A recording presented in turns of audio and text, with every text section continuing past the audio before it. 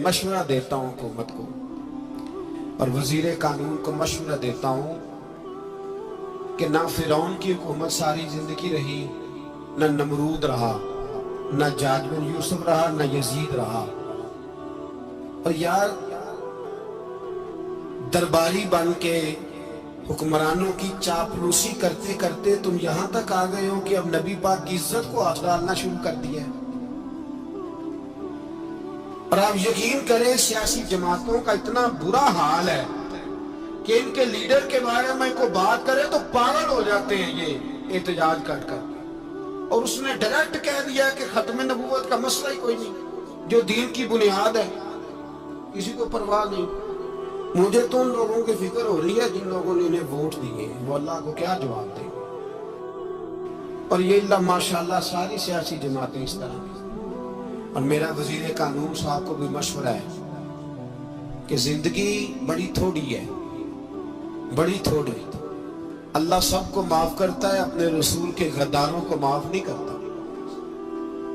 और यहाँ तुम्हारी गाड़ियों पे झंडे लगे हुए, वहां भी तुम्हारे झंडे लगेंगे, पर इसलिए लगेंगे कि ये गद्दार है नामूस रिसालत। ये झंडे लगेंगे। शर्म करो और डर जाओ, बस कर दो। तुम्हारे मुंह में अब दांत पूरे नहीं रहे। कोई शुगर का मरीज है तो कोई ब्लड प्रेशर का, तो कोई हार्ट का, तो कोई कैंसर का। शर्म करो और अपनी कब्र की भी थोड़ी सी फिक्र करो। बताओ पाकिस्तान के कितने सदर गुजरे, वजीर आजम गुजरे, तो उनकी कब्रें कहाँ हैं? कोई जाता है उनकी कब्रों पे? किसी को खबर है? क्यों अपने लिए जहन्नम इकट्ठी करते? सारा कुछ दुनियादारी रह गई है, सारा कुछ सिर्फ यही रह गया। हजरत अबू बकर सरदार थे, हजरत उमर सरदार थे कबीले, हजरत उस्मान सरदार थे। उन्होंने सरदारियों को ठोकर मार के रसूलुल्लाह के कदमों में बैठना पसंद किया। सरदारियां छोड़ के गुलाम बन गए। तुम सरदारियां बचाने के लिए रसूलुल्लाह की गद्दारी करते हो, शर्म नहीं आती? और कौन शिकवा है मुझे इन लोगों से जो मौलवी तो कह देते हैं तो सियासत नकार, और किसी सियासतदान को मना नहीं करते कि जब तुझे सूरत फातिहा भी नहीं आती तो तुझे किसने इजाजत दी है इतनी बड़ी बात। और मैंने पिछले से पिछले जुम्मे भी कहा था, फिर कहता हूं और ऑन दी रिकॉर्ड कहता हूं, मरज़ई कल भी काफिर थे, आज भी काफिर और कयामत तक।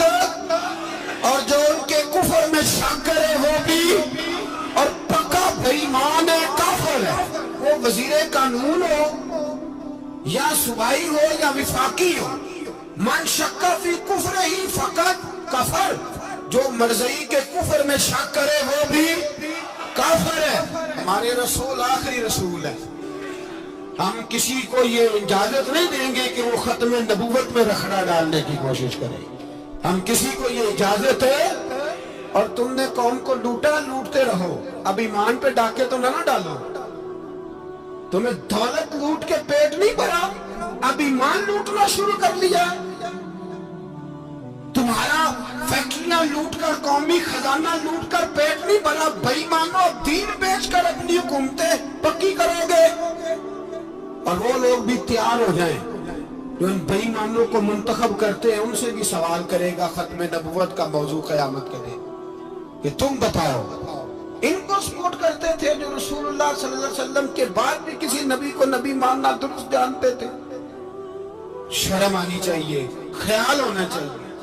और मैंने कहा कि हमारा दिल नहीं चाहता, आप यकीन करें, तो हमें शौक है जुलूस निकालने का, तुम्हारे खिलाफ बातें करने का। तुमने रोज थर्मामीटर निकाला होता है, चेक करते हो कि ईमान कितना है कितना नहीं है। ये पाकिस्तान अगर सूबा सिंध है तो हजरत अब्दुल्ला शाह गाजी का है, अगर बलूचिस्तान है तो हजरत बाबा अब्दुल रहमान का है, और अगर पेशावर है तो वो सूफिया का है, और अगर ये धरती पंजाब है तो ये दाता अली अजमेरी की है, ये बाबा फरीदुद्दीन की है। इसमें किसी गद्दार को कब्जा करने की इजाजत बिल्कुल नहीं मिलेगी। और हम वो लोग भी नहीं जो चुप करके अंदर सोते रहे, कौम जो करती है करती रहे, हमें परवाह नहीं। ना, ऐसी कोई बात नहीं। कोई बंदा ना समझे कि नहीं होश नहीं, नहीं पता नहीं, हमें सारा कुछ ही आता है। پھر اگر کل کو کوئی ممتاز قادری پیدا ہو گیا تو شکوہ نہ کرنا، کل کو کوئی پھر سے عامر چیمہ نکل آیا تو شکایت نہ کرنا، یاد رکھنا۔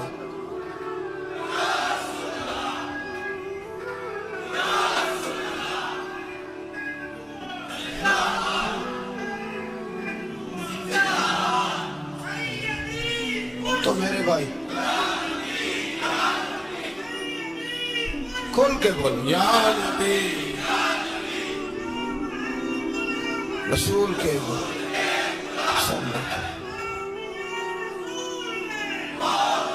تو یہ مشورہ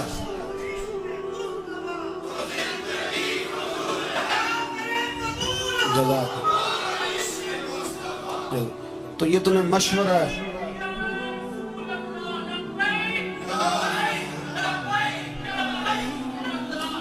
میری بات سنی، یاد رکھیں، یہ لوگ بعد میں پچھتاتے ہیں، پھر مناظرے کراتے پھرتے ہیں، اس نے صحیح کیا کہ غلط کیا، پھر انہیں ہوش آتی ہے بعد میں، پھر ان کے ہواری نکل نکل کے میدانوں میں دلیلیں دیتے ہیں۔ اس لیے ہمارا مشورہ ہے یہ کہ یہ اپنی حد میں رہیں، اور جو کام تمہارے ذمہ، میں نے کہا نا تم نے بڑا لوٹا، یہ قوم روز تمہیں موقع دیتی ہے لوٹنے کا، یہ موقع دیتی ہے، تو تم نے دولت لوٹ کے پیٹ نہیں بھرے، اب ایمان لوٹنے کے چکر میں آ گئے ہو۔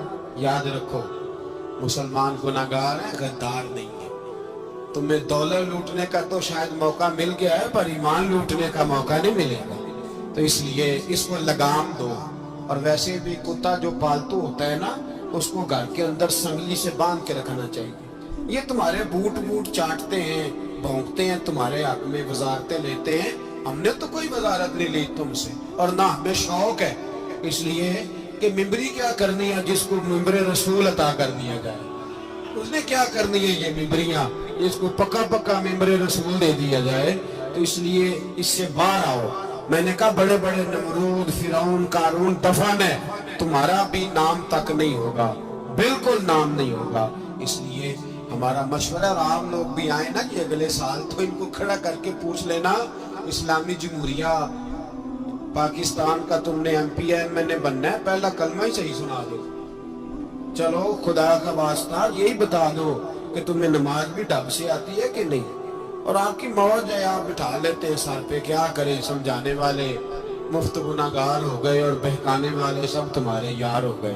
اس لیے یہ چھیڑتے ہیں جان بوجھ کے، اور پھر جب کوئی ممتاز قادری علیہ رحمہ پیدا ہوتے ہیں پھر انہیں دشواری ہوتی ہے، پھر ان کا جینا مشکل ہو جاتا ہے۔ یہ موقع دیتے ہیں، پتہ نہیں کس کے ایجنڈے پہ عمل کر رہے ہیں۔ میرا سوال یہ ہے، میں نے پچھلے جمعے پھر میرا سوال ہے کہ میں پوچھتا ہوں، اس آدمی کو ضرورت کیا ہے ختم نبوت پر بات کرنے کی، جب امت مسلمہ کے متفق کا فیصلہ ہے کہ مرزائی کافر، اسمبلی نے بل پاس کر دیا کہ مرزائی، ان کو اقلیت قرار دے دیا، اور جب سے وہ اقلیت بنے، نہ ہم نے ان کی عبادت گاہ جلائی، نہ ہم نے ان کو قبروں سے نکالا، نہ ہم نے، بس ٹھیک ہے جیسے عیسائی رہتے ہیں، یہودی سے کس ملک میں رہتے ہیں وہ بھی رہے، اقلیت بن کرے کوئی پر تم انہیں کھینچ کھونچ کے کیوں قریب کرتے ہو؟ تمہارا کیا جرانہ ہے ان کے ساتھ؟ بتاؤ تو صحیح۔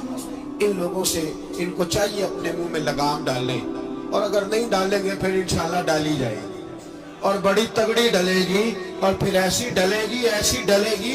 سلمان تحصیل جب مرا تھا نا تو 5-5 لاکھ روپیہ مولویوں کو آفر کی جنازہ پڑھاؤ، 5-5 لاکھ روپیہ چھوٹے چھوٹے مولویوں کو۔ اور داتا صاحب کی مسجد کے خطیب بھی صوبائی جو تھے وہ خطیب تھے، ملازم تھے، انہوں نے کہا کہ ایمان نہیں بیچنا، نکالنا ہے نوکری سے تو نکال دو،